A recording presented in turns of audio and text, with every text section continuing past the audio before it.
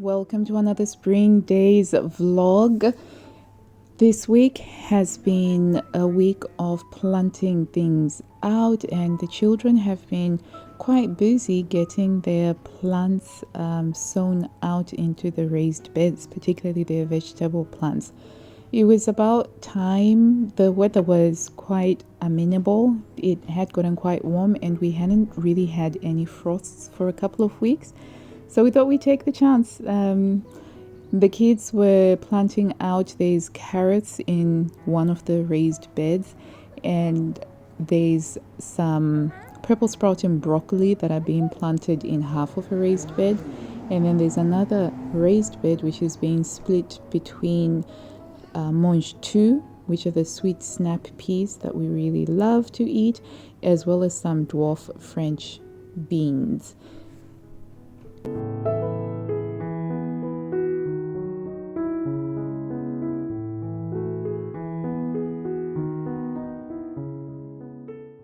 The purple sprouting broccoli that you can see right now isn't actually going to be eaten during the summer. This is something that we're going to be having in winter. So it normally comes into harvest around February. So it is something that is going to require a lot of ongoing care in order to protect it until then. So the vegetables that we are planting, it's a good mix of some that we'll be harvesting throughout the summer period, such as the dwarf French beans, which are a very good producer throughout summer, early summer, late summer. And if we're lucky, sometimes we can get French beans even from September to October. Assuming, of course, that we manage to protect them from the birds, the slugs, and all of the other pests and what have you. But we've been having some really lovely, gorgeous sunsets that have allowed us to be able to play out in the garden, which is such a pleasure to be able to do after the wintry days where the soil can be so soggy and it's just quite unpalatable to be outside for any length of time, particularly for the children. I've put some agro mash over what the kids have grown, to protect it from the birds and to also protect it from the lovely butterflies that are looking for a place to lay their lovely little caterpillar eggs that can completely destroy an entire brassica plant. So that's why we have that agro mesh, is to basically prevent that. So butterflies are very pretty, except for when they want to lay eggs on your produce. The garden is beginning to come into bloom. Things are just really flushing up, and all the perennials that I've spent the last several years investing in are actually coming out quite well, which is very nice. The potatoes are doing reasonably well, and we had a very quick visit to the market and they were selling off raspberries, an entire box of raspberries.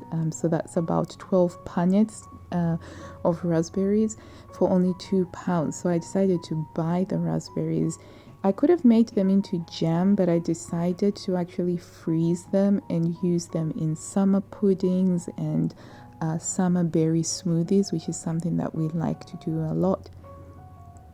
In order to freeze them, I will wash them in a colander and let them drain for about an hour or so, and then I'll use small trays with baking parchment underneath and just arrange them in a single layer before I pop them into the freezer. And this will make sure that they freeze nicely, and because they are raspberries and quite small, it doesn't take very long for them to freeze. Within an hour they'll be ready to move into a freezer bag. That then means that we've got the raspberries preserved and ready to use whenever we want to throw them onto porridge, or to make a smoothie, or to make a really lovely ice cream or frozen yogurt. As you can see there, they separate out as lovely single bits of berry, and that's how we're able to preserve this fruit, which generally, if you don't do this with them, they do go off very quickly to raspberries.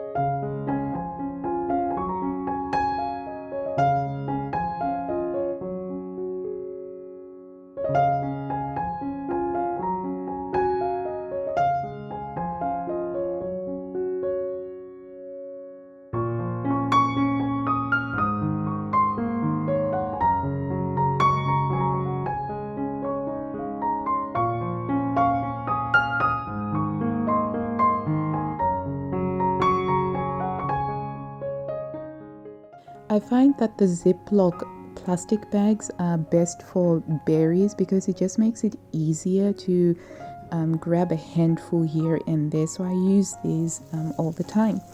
The other thing that we picked up from the market was some tuna steak from the local fishmongers there.